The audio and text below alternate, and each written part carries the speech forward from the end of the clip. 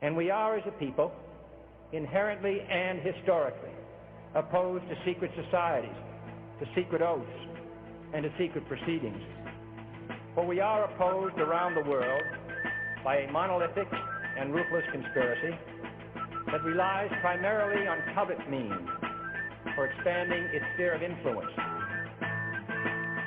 It was 1776 when the founders signed the writ of independence from the Brits. It was revolution. Tonight on our program we have two special guests, Patrick Howley and Charles Ortel. Charles has been on our radio show before several times with Kathleen Willey and also with Donna Fiducia, and he is really a seasoned expert and investigator on the Clinton Foundation and many of the illegalities and the missteps that have become really a chronicle of the Clinton Foundation and the Clinton family. And Charles, I welcome you to the show, and I thank you for being here. Would you like to maybe give our listeners a little bit of a synopsis of your background as an investigator for various financial, let's say, maneuvers by the Clinton Foundation? Well, thanks, Dan, for letting me come on your program again.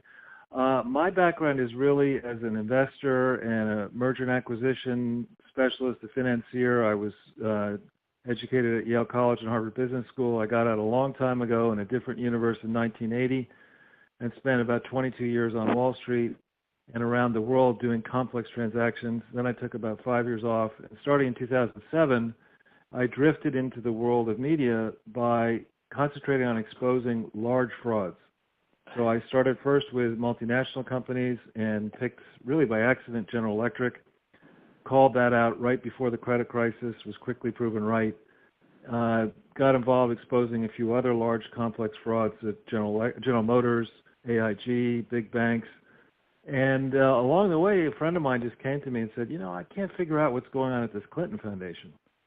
So I had not had until February of 2015 much experience looking at the filings that any human being can find in the public domain about a public charity. And I'm pleased to report, actually, that our system, though it's not regulated well, the laws that are on the books require charities to make full and fair disclosure. So there's a lot of information about charities the size of the Clinton Foundation. It's tucked away in the state filings of the many states where the Clinton Foundation operates, in foreign filings, et cetera. And after about 6 weeks' work in 2015, I quickly concluded that this was a massive fraud. I also wrote a piece for Breitbart saying that Hillary would never win the presidency. That's dated March 16, 2015. And I then began a long process that includes coming on shows like yours and international shows and other shows and circulating reports and also working patiently behind the scenes to have this actually be prosecuted, investigated by the federal, state, and foreign authorities. And we're making a lot of progress. We're very close, I think, to exposing the full extent of this massive fraud. It's bigger than Madoff. It's bigger than any other, the largest unprosecuted fraud in history, in my view. And we're going to demonstrate that. And we're going to hold these people, not simply the Clintons, their cronies, their allies, the principal donors, people like Bill Gates, been very supportive, and others who should know better. We're going to try to hold all these people to account and prove that no one is above the law. Well, that's a terrific segue. Patrick, are you on the call yet? I am. I'm sorry I'm late. I was making America great again, and well, good for you. I'm here now. I just wanted to maybe give you an opportunity to tell our listeners a little bit about your background and how you got the assignment of following the Hillary Clinton presidential campaign for Breitbart News. Yeah, so, basically I worked, I started out at the American Spectator magazine. It was my first job out of college. I got it when I was still in college and started working there. And, they're really ground zero for the kind of investigative journalism that goes out and hurts people, especially when it comes to the Clintons. And so Vladdy Plodzinski, who was my editor there, who's been there for 30, 40 years, was really my mentor. And from there I went on and worked for the Daily Caller for a number of years during the Obama administration, covering the IRS scandal and his various scandals. And, had the goal in mind of getting Obama impeached, but it didn't happen because John Boehner wasn't, willing to go all the way at that time. And Eric Holder was a bulldog who never recused himself from anything and shut down all these investigations. So, I was looking at a situation where, I'd been in journalism for a while. I would go on, Neil Cavuto every now and then. I did the reporter thing, and it just wasn't really what I was interested in, and I wanted to make real change, and I didn't see anything changing. The establishment was ascendant. Anybody who was anti-establishment was completely marginalized before Trump. Washington was locked down in this two-party system where both of the parties are basically the same thing. And as soon as Trump got in the race, Steve Bannon called me up, said, I need you. This is the time you're being called in. And so I went over to the Breitbart embassy, met with Steve, and it became very clear to me what I had to do. And then I spent the next, year and a half on the road continuously, Wisconsin, Michigan, Pennsylvania, all over the country, following not only Hillary, but, also Jeb and Marco, and really going after them as hard as I could. Steve basically told me, take the gloves off, and that's what I did. And, we were very influential in helping get us to this point where Trump is now the president. But that's just the beginning of the war. The war continues. And what's happening right now is the very same people that were trying to freeze Trump out of ever having a chance in the race are the same people who are corrupting our government from the inside, working against our president, trying to marginalize the role of commander-in-chief in our country. And it's Hillary Clinton who is still at the center of it. The deep state still reports to the Clintons and the Clinton crime family and that machine that they've built. And it's going to take all of us working together in order to finally overthrow these people and create a situation where our president finally has enough power to do the right thing for the American people. Well, I appreciate that comment because I know you're very highly regarded by many people that are, frankly, a lot older and a lot more, let's say, sage in the political environment. But you have a reputation of being incredibly tuned in and perceptive and also incredibly brave in the way you approach the job of being real news, not fake news. I'm sure that both of you read our advertisement and our description of tonight's radio show from our website. Do you think I overstated or exaggerated the relationship between the mainstream media and the Clinton campaign? Basically, what I've talked about is, just exactly how controlled the process is in the mainstream media. Do you think that's overstated? No, not at all. The mainstream media during the election was working as an apparatus of the Hillary Clinton campaign every step of the way. And, at that time, we still didn't have really any indication that our plan was going to work and that our alternative media was going to be able to operate as a well-oiled machine in order to help win the election. That all happened on the fly. We improvised it. But when the campaign started, it seemed like a complete uphill battle, almost like Sisyphus pushing a rock up a mountain. We didn't think we were going to win, but we did it just to do it. And, now what you're seeing finally is with the bully pulpit of the White House, the fake news is being exposed. CNN is really going down. The ratings are tanking. And middle-of-the-road people, independents, not just right-wing people, are finally waking up and realizing that there's a corporatist global agenda at work here. And the media companies in this country have been completely bought by people who do not have the best interests of America at heart. And so this election was the greatest driver for waking people up to that fact. Well, that's I think that's very well stated. Charles, I know that you've continued your research on the expose of the Clinton Foundation and the illegal and possibly treasonous, and I use that term not loosely, the treasonous activities within their foundation and their actions with foreign governments. Is there any new information that our listeners should hear about since you were on last winter? Yeah, absolutely. So basically, there's been a lot of chatter recently about relations between the Trump campaign and the Russian government, other foreign governments.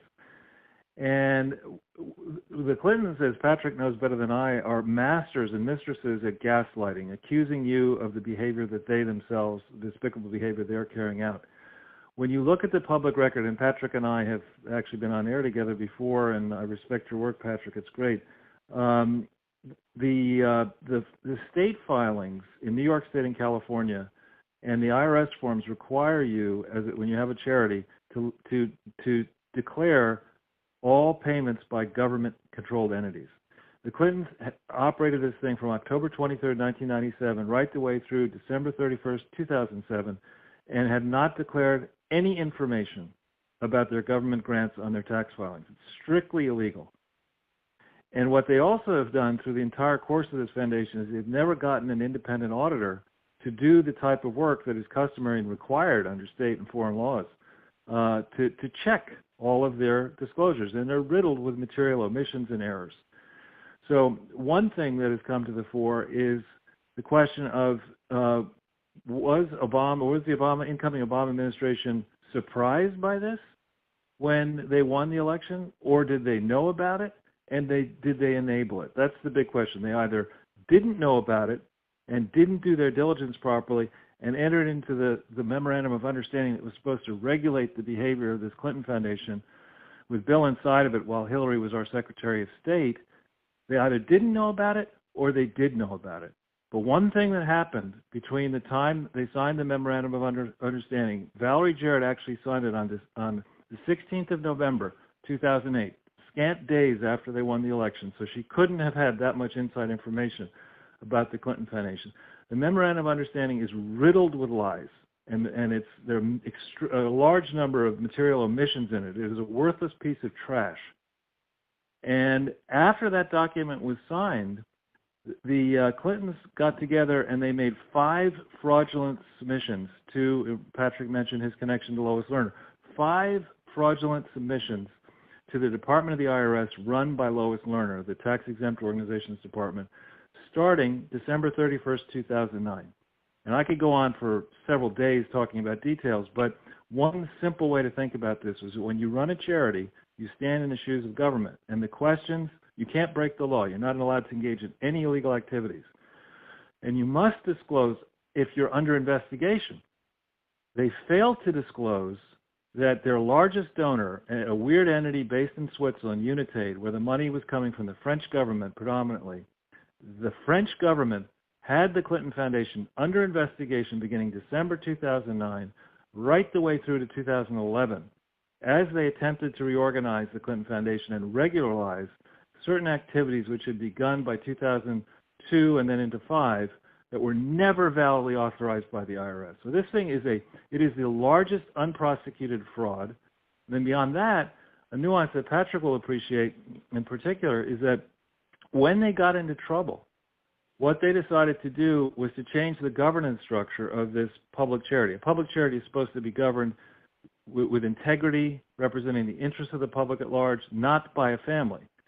Starting in 2013, the Clintons hid the fact that they changed the governance structure to appoint Bill, Hillary, and Chelsea Clinton supercharged controlling directors for their lifetimes. They hid this. They hid this change from the regulators. They hid it during the campaign, and it has only now come to light after she lost the election.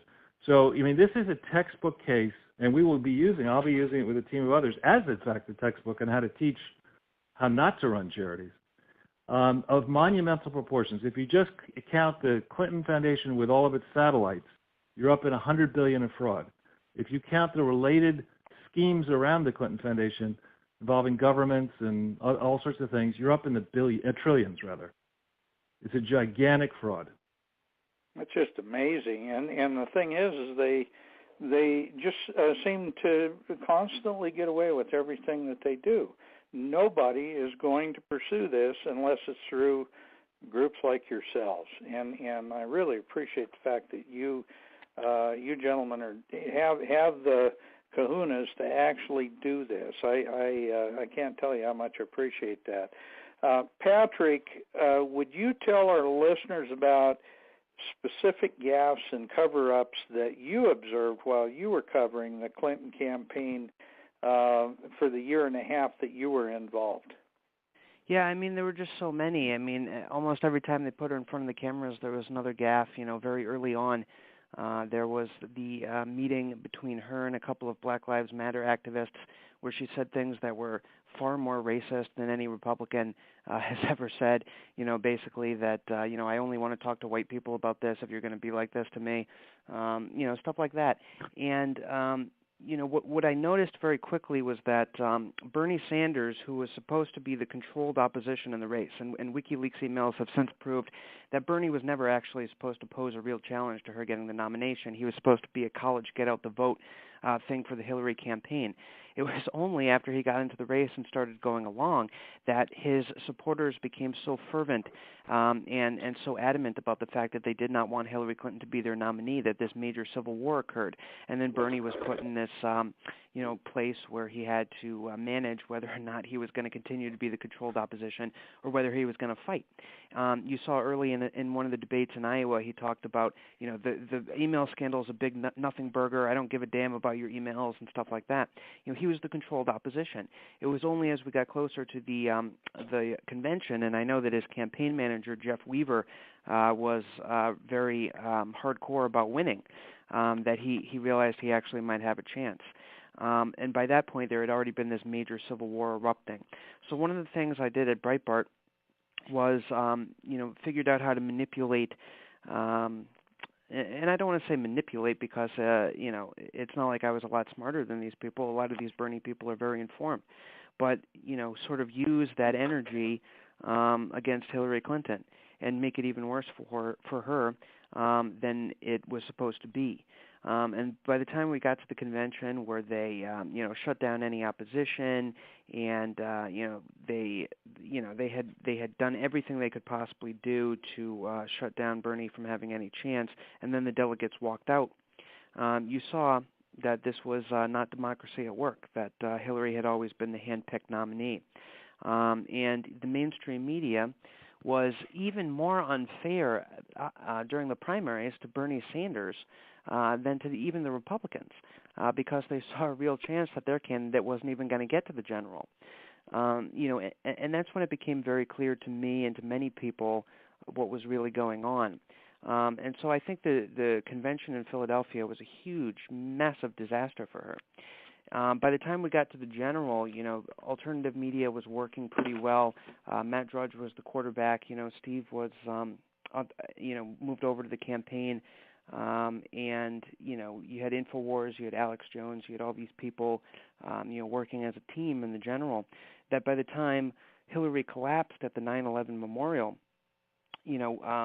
at Breitbart, we were the first ones way back in the day, way back in 2015, to start laying out these narratives. We were the first ones to report that she had a brain injury. We were the first ones to report that she had, I was the first reporter to report that she had classified confidential information on her email. We set up all of these Peter Schweitzer and Charles's work on the Clinton Foundation. We set up these narratives so far in advance that by the time we finally got to the general, they had been hit so many times by alternative media that we were able to bypass the mainstream media, and regular people finally knew about these things. So when we got to the point where she was collapsing at the 9/11 memorial, people knew exactly what was going on. They knew she had a brain injury. And then it blew up, and it was impossible to ignore. This was, we played the long game, and we played it effectively. And, the mainstream media proved how weak they really are. And if you have a monopoly in any business for so long, for so many years, and there's no real competition, then you grow complacent. And finally, we were able to exploit their complacency and their idea that no one will ever challenge us. They look down on us. Oh, come on, Trump supporters, they're idiots. alternative media, these websites, they're fake news, they're ridiculous. They did not take seriously the opposition and the challenge to them. Larry Bird and Magic Johnson will always be the first ones to say that they respected the other one more than anyone else.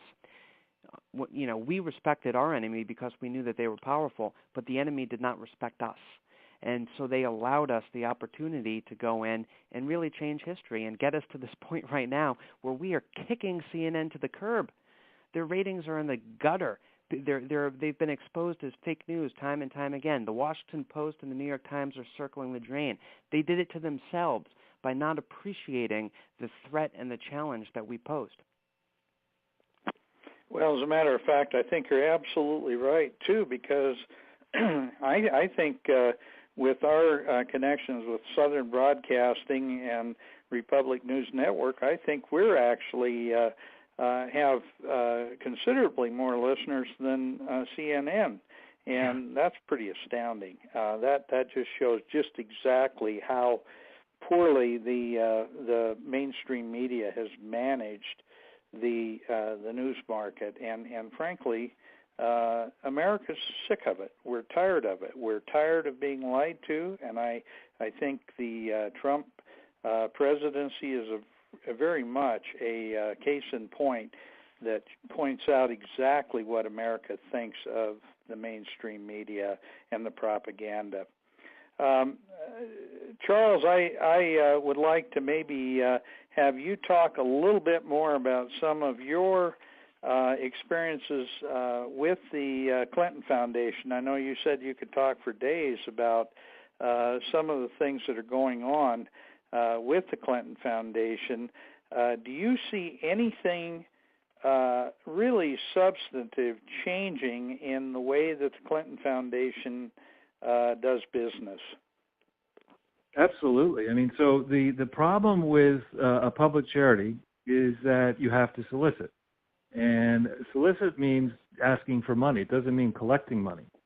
And if you solicit using the mails, which they admit they do, and using telephones, which they admit they do, and digital media, you in certain states have to clear your solicitation content before you use it.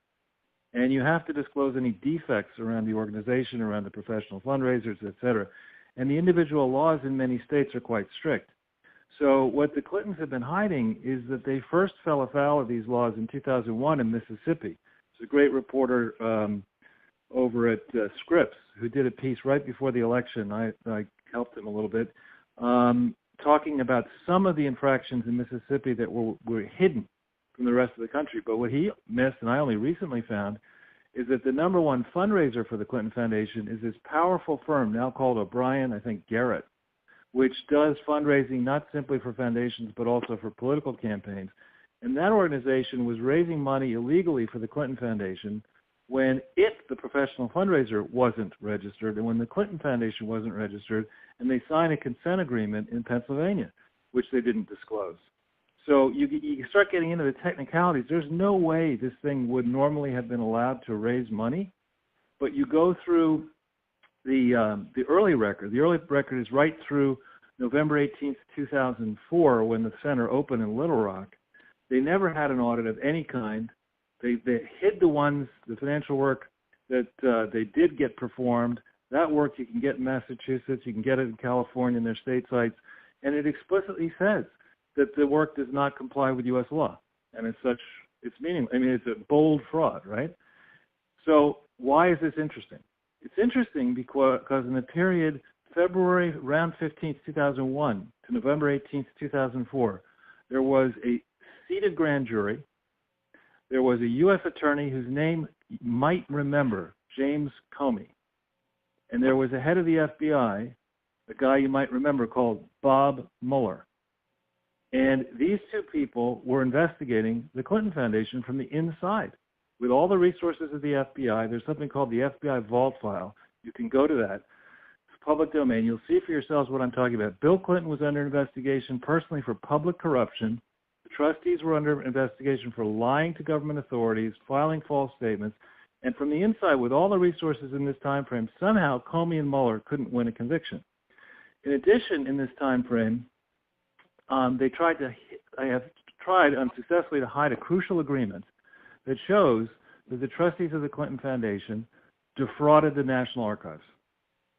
They hid crucial defects about the Clinton Foundation, and they arranged this gift, which they marked and valued improperly. And they've been trying to cover that up. They've been trying to cover up the fact they defrauded the city of Little Rock. They defrauded the bondholders of this issuance that was done in, I think, 98 to raise money to buy the properties that became the park.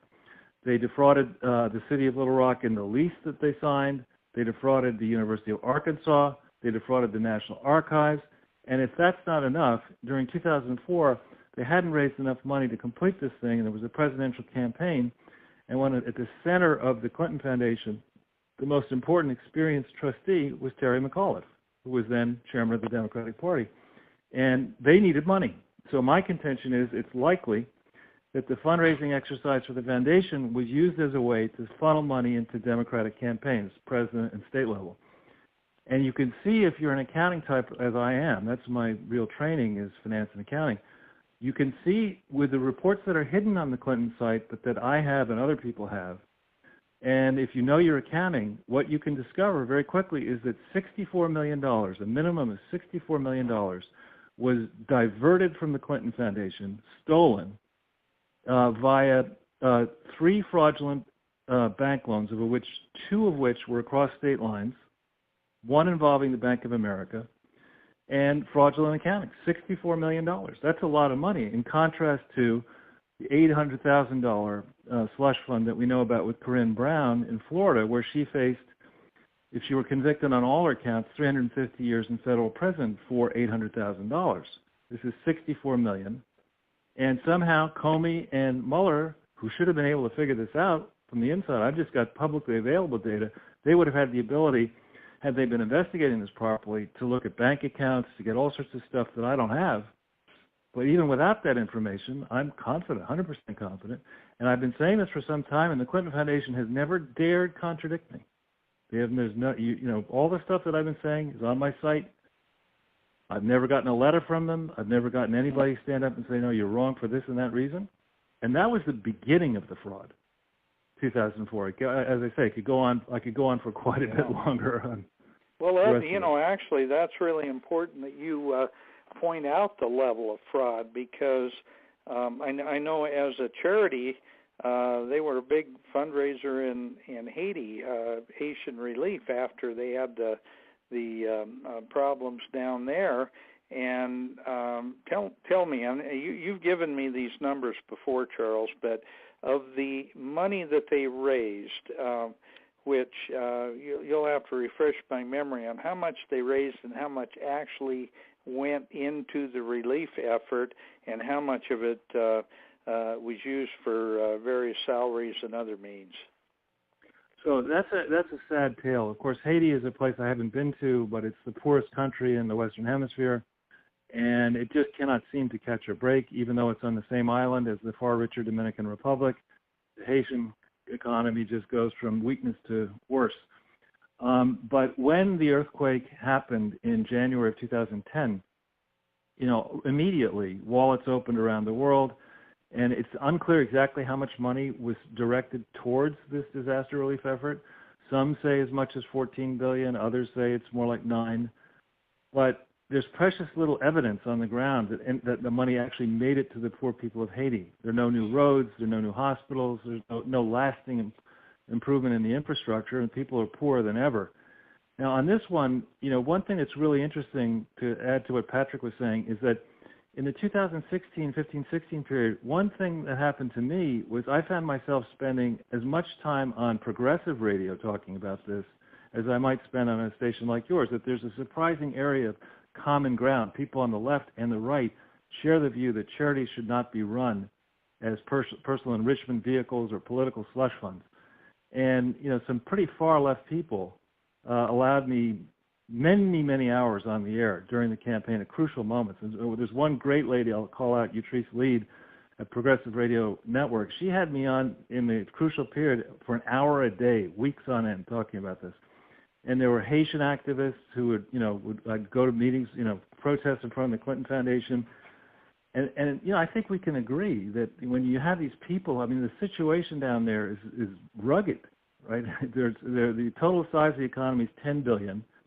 Let's say $10 billion were sent down there, right? That's the equivalent of sending $17 trillion to the United States and having it disappear, right? So, and Bill Clinton was a special UN envoy to Haiti, and he refuses to account for this money. How much actual money can you account for that went into the Haitian relief effort that came from the Clinton Foundation? Okay, so the Clinton Foundation, if you look in their 2009 and 2000 annual reports, which you can get online, they have a site, the marketing piece, they talk about how they created something called the Clinton Haiti Fund. There was no such fund. It was never legally organized. They claim in there that they raised about $20 million. No evidence of that. The Clinton-Bush Haiti Fund filings do not mention it. So, and the audit, in quotes, for the Clinton-Bush Haiti Fund is a joke.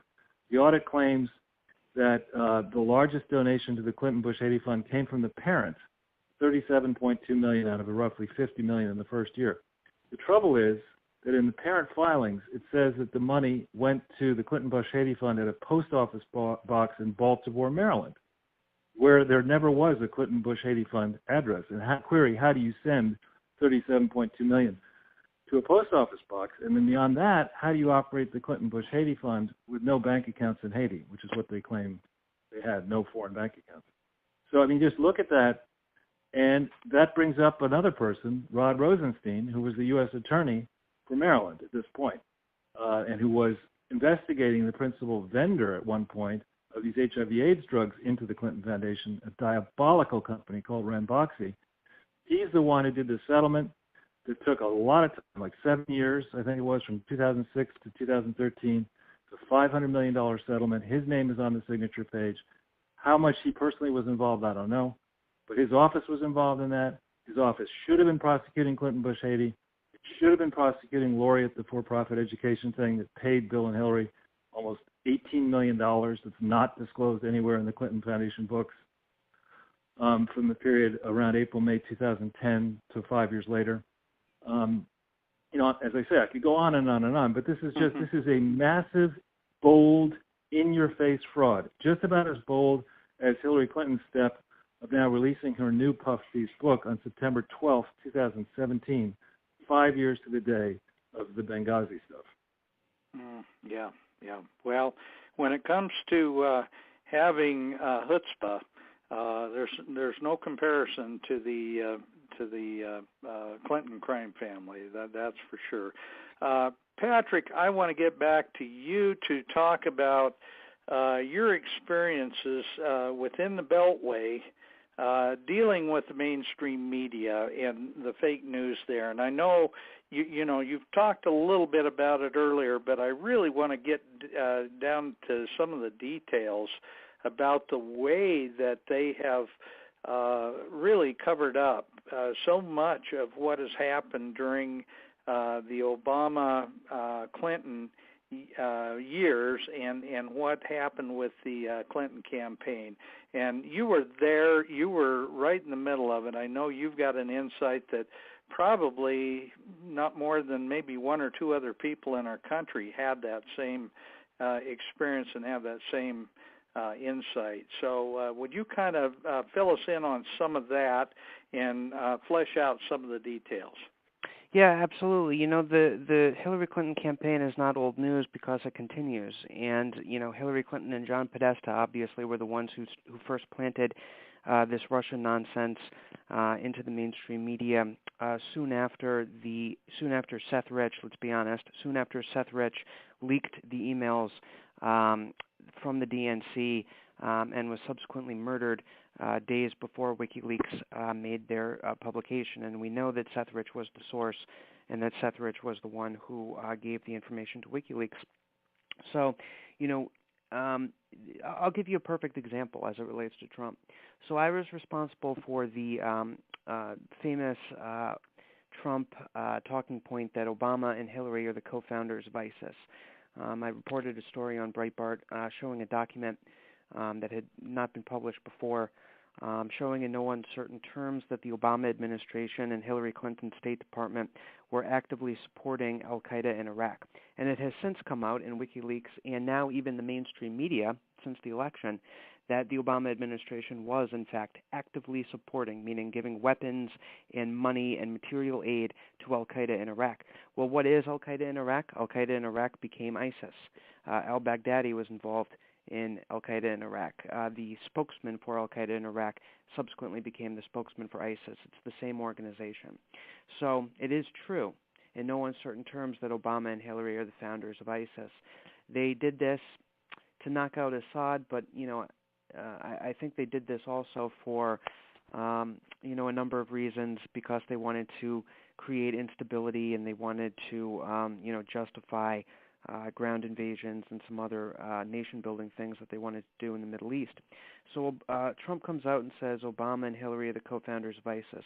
This was a massive moment that finally galvanized the left and progressives and anti-deep state people, supporters of Julian Assange, supporters of Edward Snowden, these demographics finally coalescing around Trump and realizing, wow, this guy might actually be the real deal. When he was attacked for this, Trump tweeted and also put on Facebook my story for Breitbart and said, this is true. All you have to do is look at this article, and it's very clear that Obama and Hillary are the founders of ISIS. I was personally attacked in ways that you cannot even imagine. The Washington Post did a big print hit piece personally on me. The opening line was something along the lines, I'm paraphrasing, this is what happens when people who know nothing about policy choose to willfully lie. It was New York Times, and it was all over the place. People coming at me. I would get harassing phone calls. I was subjected to real hell. And the thing about Breitbart too, and I don't want to get too much into Breitbart because they gave me a great opportunity, but there were two sides at Breitbart. Not everybody at Breitbart was on the Trump train. Not everybody at Breitbart supported Steve, and among the people who didn't, that was, they really kind of held my head under the water after that one. The neocons in Washington, D.C. were frothing at the mouth.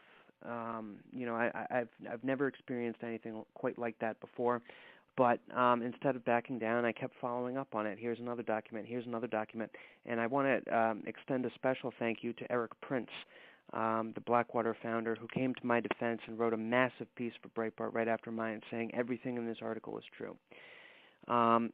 But nevertheless, when Mike Pence went on Meet the Press the next Sunday and was asked about this, Trump is coming under fire for saying that Obama is the founder of ISIS, Mike Pence pivoted and said, well, what Trump really meant was that we left a void of ground troops in Iraq and failed to secure the area with a full ground invasion, and that is what gave rise to ISIS. That's not what he was talking about. But you realized at that point that the pressure had become so overwhelming that there was nothing that even Trump could do. And so the campaign shifted, and they used the void of ground, and then you started hearing on Fox News over and over again, the void of ground troops is what he meant. Void of ground troops is what he meant. That's not what he meant. So I had a lesson in that point, which is even if you're attacking Obama, the same kinds of establishment, national security people, Bill Kristol and, all these folks are going to come at you, whether it's a Democrat or a Republican, if you expose the things that both of these parties are doing in the national security establishment. And I also learned that Trump, despite being this warrior who wants to knock the whole, system down and to some degree, does not have the full power that he needs in order to do what he needs to do, because his own party and even his own administration are going to throw him under the bus and change the intent of what he said. And that's not his fault. I'm not portraying him as weak. I'm not insulting him. I'm just saying, when you're an outrageous New York billionaire who wants to do the right thing, and you get into the political system, it is an uphill battle every step of the way, and he's still experiencing that. And so I'm seeing hopeful signs now, finally, that perhaps we can, turn things around and get more power for the president. It's not the president's fault that he doesn't have as much power as he should. What we need to do on the outside as his supporters is we need to figure out ways to defeat his enemies, both inside and out. I know for a fact that President Trump doesn't want H.R. McMaster to be his national security advisor. He wanted Flynn, but they screwed Flynn. Pardon my French. They screwed Flynn. They knocked him out. And so, we have McMaster, and McMaster is undermining the president from within the White House. We have to be vigilant, and we have to make sure that our president, who is our champion, is ascendant not only politically against the Democrats, but ascendant in his own White House. Because you are seeing efforts to marginalize the president by his own administration that we've never seen from any modern president before, because he's not willing to play the game the way that other presidents have been willing to play, including Obama, who also ran as a populist reformer, and the minute he got in, he became the head of the deep state, and I think that was always what his intention was to do. So, you see both parties protecting an establishment, and Bill Kristol, big Republican, right? Mr. Republican, Bill Kristol, Mr. Bush administration, went to bat supporting Hillary Clinton, putting Evan McMuffin into the race to try to knock down Trump and get Hillary Clinton elected. This is a bipartisan effort. The two-party system is breaking down in this country, and what's really happening is you have an establishment against the people, and Trump is the champion of the people, and the establishment is being led by Paul Ryan and Hillary Clinton in the same breath. So, I noticed that during the campaign, especially after Trump became the presumptive nominee. I was integrally involved in the effort to knock down the challenge to Trump's delegates at the convention in Cleveland. Bannon sent me into Cleveland a couple weeks early in order to prepare a defense, based in Robert's Rules of Order for how to shut down this Bill Kristol Republican establishment attempt to unbind all of Trump's delegates and cost him the nomination on the delegate floor. It didn't happen, thankfully, but that's only because we had a number of hearings, some of which lasted 9-10 hours, full of Robert's Rules of Order, in which we defeated the other side. If we hadn't had those hearings and we hadn't defeated them before the RNC Rules Committee, then it's very possible that Trump could have been overthrown on the delegate floor, because I'm telling you, they came to fight. It was a well-funded effort, and they did everything they could to try to steal the nomination away from Trump in Cleveland. And that's yet another story that doesn't get told. It doesn't get put on CNN. It doesn't get put in any of these books that come out about the campaign. But, I came face-to-face with a very, very real challenge to everything that we accomplished in the primaries. They almost tried to throw it all away, and we had to fight very, very hard against that. Well, actually, Patrick, I was there. I was one of the delegates from the state of Montana, and I was there, and I can attest to the fact that there was an obvious effort to try to undermine the obvious win by Donald Trump. And it was interesting, because a lot of the delegates that were there, I was surprised how many were real, true conservatives, and not just what we would call the mainstream Republicans. We had a lot of really solid conservatives there, and it did make a difference, because when they attempted to do that maneuver, it didn't work. And it was terrific that to be there and to see how solidly the Trump campaign came out on top of that effort. So I appreciate your comments for sure. I have to ask both of you guys what you think of this latest scandal with Debbie Wasserman Schultz's head IT aide being arrested and investigated by the FBI while trying to escape to Pakistan. And I understand that the Clinton's personal attorney will represent Imran Awan, the gentleman that was arrested. Is that correct? Sure, Patrick, you go ahead. Yeah, so, this is a scandal that I'm so glad is finally getting noticed by Jeff Sessions and law enforcement. This is something that I think can really change the narrative, because we need to get, in a criminal setting, we need to get evidence out showing that the DNC servers were not hacked. It was, in fact, everything that we in alternative media have been reporting, which is a false flag operation by the DNC IT firm CrowdStrike to blame it on the Russians, when in fact it was Seth Rich who leaked the information to WikiLeaks. And I think that this Awan Brothers case is the first thing that is going to open up the legal precedents that we need in order to get the whole thing onto the record, because Imran Awan had personal access to the DNC emails and to Debbie Wasserman Schultz's iPad, which had all of the DNC emails on them at the time that Seth Rich leaked them. So, this is a situation where he has been arrested for bank fraud. Now, the fact that he has been arrested for bank fraud involving the congressional whatever it is, the formal name escapes me, but he was essentially embezzling money from congressional funds and wiring them to Pakistan. Now, what that does is that opens up every piece of evidence pertaining to Imran Awan's relationship with Congress and with every congressional body that he was affiliated with. That includes his service as the IT guy with access to all of these emails. So it is now possible to get onto the public record in a criminal context, in a criminal case, what he knows about where that information is, why were these servers not turned over to the FBI, what happened to that information, where is that information currently stored. These are the things that John Podesta and the Democrats have been stonewalling on.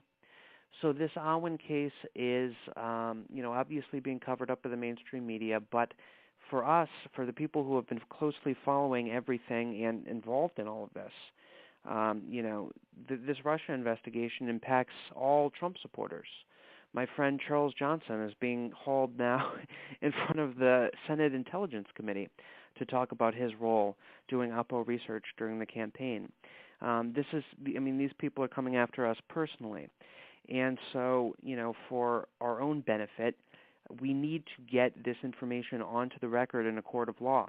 And I think this Awan case is going to be the first step in doing that. And from what I've heard from my sources inside the administration is they're optimistic that this is only going to be a first step in order to definitively prove that Russia was not hacking into the DNC, that Seth Rich was, in fact, the leaker to WikiLeaks of this information, and very possibly that Seth Rich was murdered by people, and I'll put it this way, people who were unhappy that he had leaked the DNC's information. All of this is coming together, and that's why continuing to analyze the Clinton campaign and everything that happened during the election, what we're doing right now on this show, is so important, because just because she lost the election, it doesn't matter. All of these narratives are continuing, and there is still a very clear battle between Hillary Clinton and Donald Trump for control of this country.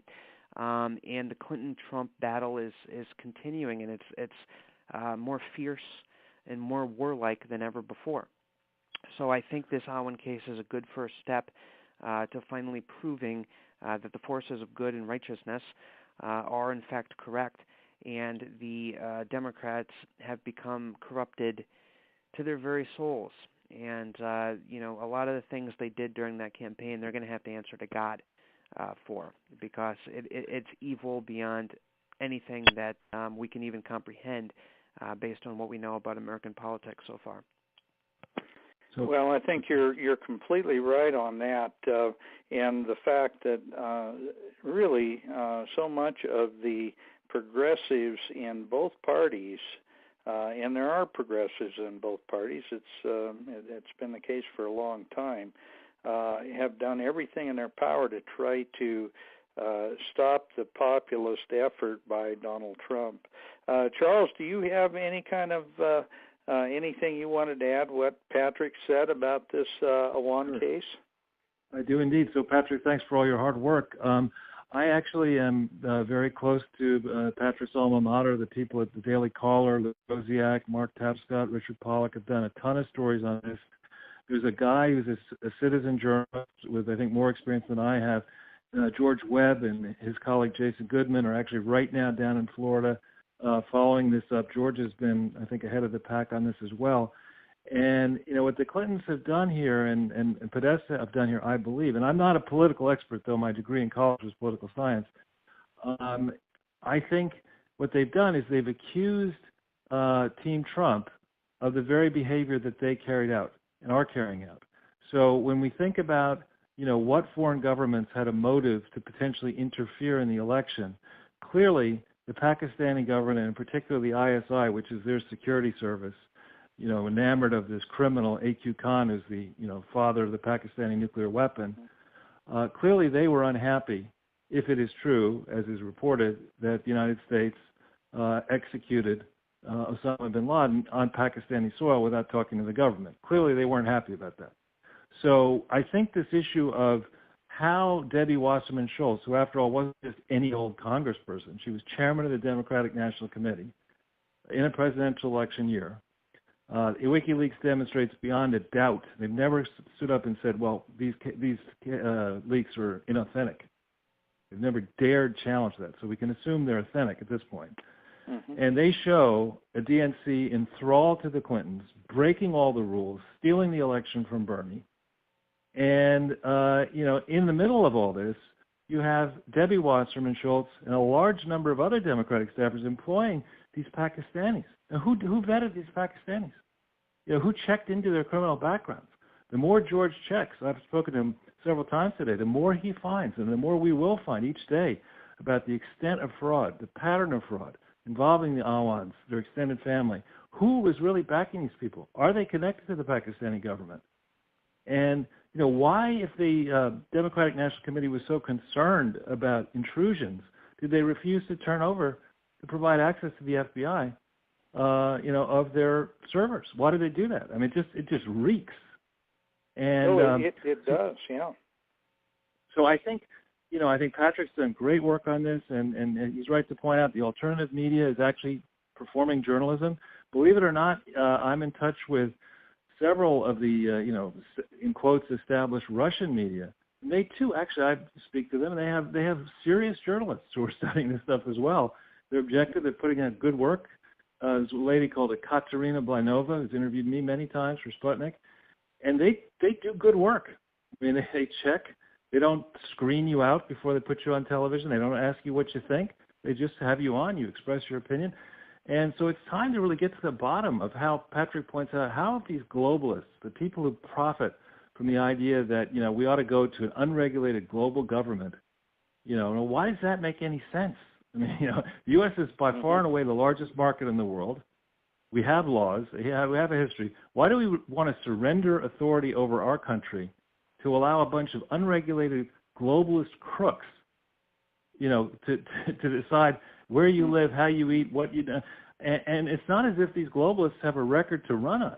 I mean, right. If you look at 1999 forward, who's better off? Yeah. Right. I mean, we've been at war since 2001. You know, no end in sight. So, yeah, I agree with Patrick. I think this Awan case deserves immense scrutiny, and thankfully it is now getting scrutiny in more and more of the organs, you know, of the establishment. I don't expect it to be on the front page of the New York Times anytime soon, but you're seeing more and more places take a hard look at this. Well, as a matter of fact, it hasn't been on any of the agendas of the mainstream media, but it certainly has been well represented over the last few days, especially by the alternative media. And I think people are starting to realize in this country that the alternative media really is the only solid news that we have left in this country. I would ask both of you gentlemen, what do you think America can and must do to break the back of the fake news and the globalist propaganda from progressives of both parties? What can we do to turn that ship around? Well, I think that what you need to do is expose them as being the elites. And, it was so perfectly encapsulated by CNN's, targeting of this Reddit user who made the Trump wrestling meme that Trump tweeted out. And then CNN went and tracked the guy down and said, if you post anything more on Reddit, we're going to reveal all of your information. And the funny thing is, I watched CNN that day, and they were all proud of themselves. They thought they had scored some major victory, and people were going to rally around them. Yeah, we shut down the Reddit guy. And what they didn't realize, because they're so clueless, they're so stupid. And let me just say, in no uncertain terms, I don't care who these people are. I don't care what schools they went to. I read the New York Times. I watch CNN. They are so dumb. They are so dumb compared to people on the internet. What they unleashed was a meme apocalypse, a meme army of people making CNN memes. We've been, at Big League Politics, we've been publishing and retweeting a ton of these. There are thousands and thousands and thousands of memes now coming out one after another of Trump body slamming CNN. It's fantastic because if you poke the hornet's nest of the internet, if you come after people and try to threaten them, I'm CNN and I'm going to shut down a Reddit user. You know what happens? All of these great social networks, Reddit, 4chan, the deplorable army on Twitter and Facebook, we all come out and we work together in order to to just rain hell upon you. And that's what's happening right now. They have no concept of how this works. And, they have no concept of it. Matt Drudge was I think, probably one of the greatest American revolutionaries in the history of the country. And Steve Bannon also has an acute understanding of this, and me and everybody who worked on this effort. But the fact of the matter is, if you build a populist army on the internet, and then fancy pants CNN comes around and pokes somebody in the eye, that army is going to explode on you. They're going to destroy you. And CNN has no conception of that. We are more powerful than CNN. We have millions of people now, millions more than when we started. And we're only going to continue to grow because, the great thing that I said, I actually said this to Donald Trump very early on. I said the great thing about your candidacy is there will always be more people willing to support you as time goes on, not less. Because in order to support Trump, you have to come to some kind of conclusion. You have to think about it. You have to sit there. You need to, you need to talk to people. You need to do some research on your own. You need to surf the internet, and then you come to a conclusion. You come to an enlightenment and say, "Oh my God, I was wrong. These people were lying to me. This isn't the way the world works. This isn't the way that our country is supposed to be. I support Trump." Those people will only grow and grow and grow as the information war continues to go forward. There will always be more people supporting our cause as time goes on, not less. On their side, there is always going to be more people going away from them, less people supporting them than more. And once you establish that, you win. And I don't know how long it's going to take, but you win because once your side is able to continuously grow, and the other side is going to continuously shrink, you've already won the battle to some degree. Mm-hmm. And so I think that, what we need to do is just continue to encourage as many people as possible to be active in social media and alternative media, to continue just beating the hell out of them and making anti-CNN memes and, keep the meme army going. And more importantly, keep the information going because, some of the best investigative journalists in the world right now are anonymous people on 4chan and Reddit. And, that needs to be encouraged, and more people need to, get involved in that. Right, I agree with that. Well, gentlemen, I hate to say it, but we've run out of time. I do want to give both of you very, very quick opportunity to talk about some of your current projects that you're working on and maybe location of your websites and information that they can contact you. Go ahead. Sure, I'll jump in. Thanks. So I'm at www.charlesortel.com and on Twitter at CharlesOrtel. What I'm trying to push for is I think we need an empowered group to redo the charity laws, to update them. The last time this was done was 1969. And we need to go in, we need to break the back of the IRS, which is still run by John Koskinen and still run by the acting, I would argue, crook in charge of the tax-exempt organization. That needs to be swept out. We need to find out what really happened. And then we need to regulate the fake charities that are really political action organizations, the Media Matters of this world, and many others like them, that should not be allowed to solicit tax-exempt contributions. So that's what I'm working on in addition to the Clinton Foundation stuff. Okay, and Charles, I'd also mention that you're working on a new film. Am I correct in that? Yeah, I was interviewed for. I did a documentary. I was in Clinton Inc., Daniel Halper's one that was supposed to get circulation and didn't, and then a new documentary on fake news. And I'm also at work on a book. Okay, great. Patrick, would you like to give our listeners a very brief description of some of the projects you're working on? Yeah, so basically my only project right now is website Big League Politics. This is something that I started, we launched in April, and, it's basically a home for investigative journalism and, some great stuff on, we've been all over the Seth Rich case. We've been picking apart the Mueller hoax and James Comey and, all of this kind of stuff. So bigleaguepolitics.com, I'm the editor-in-chief. And we're having a lot of fun doing it, and we have some great people, some great reporters, Cassandra Fairbanks, Larry Schweikart, Jeremy Bernstein, some really good people who are writing for us now. And so we hope to, just continue to grow and keep writing stuff every day. So bigleaguepolitics.com is my site. Well, and I have to say, tell our listeners, please support these sites because they are making a difference in our country. It is bringing America back to its roots. And unless we win this battle, you're going to see a totally different country in 15 years from what we grew up in. In fact, it won't take that long. And I think that was one of the big pluses that came out of this campaign is the fact that we stopped the slide toward a new world order. So I appreciate you gentlemen coming on the show, and I thank you for being on, and I ask that you consider coming back on at a later date, and we'll continue this dialogue. Anytime. And with that, Kelby, I will turn the program back over to you, and I thank our listeners and ask them to please join us again next week. Thank you. Ladies and gentlemen, that concludes this week's show with Connecting the Dots with Dan Happel.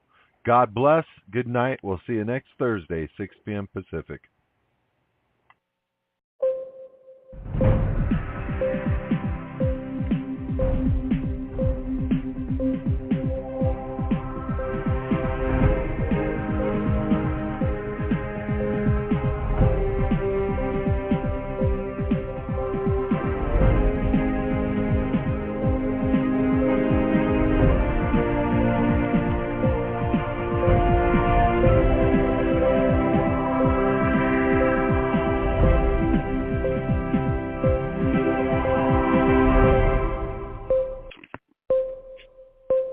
Connecting the Dots with Dan Happel.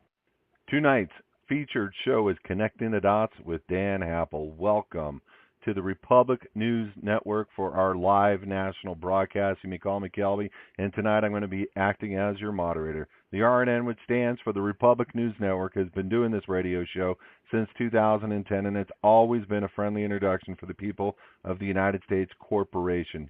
Here we go. It's true. The United States is a federal corporation, and their exclusive jurisdiction is in the District of Columbia. The Republic government was simply a bunch of U.S. citizens that in law don't have access to the Bill of Rights. and they realized they wanted to be Americans as our founders and our law provided each and every one of us. See, we've been hard at work since 2008, and since 2010, we have successfully re-inhabited the original government vacated under Lincoln in 1861. I know, it's hard to understand. Don't worry. We are law-abiding, peaceful Americans and very pro-government, and we love our country. You can consider the Republic members are tired of the corruption that we see every day. See, we found in the law that there is two forms of government here on the land, and we did something about it. We are people. Mothers, fathers, sons, daughters. We have families just like you. We simply found some truths, and now we're sharing these important truths with the rest of the world. So get ready to hear things that sound amazing, and get ready to understand that you too are about to be a part of history. We welcome each one of you to Connecting the Dots with Dan Happel and your Republic if you so choose. But before we go into our broadcast tonight, please bow your head in prayer. Lord, we just appreciate so much what you've done in this nation.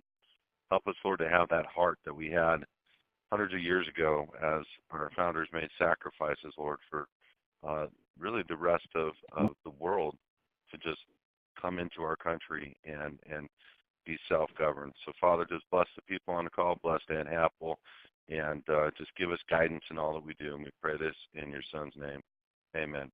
Mr. Happel, I yield the floor. Well, thank you, Calby.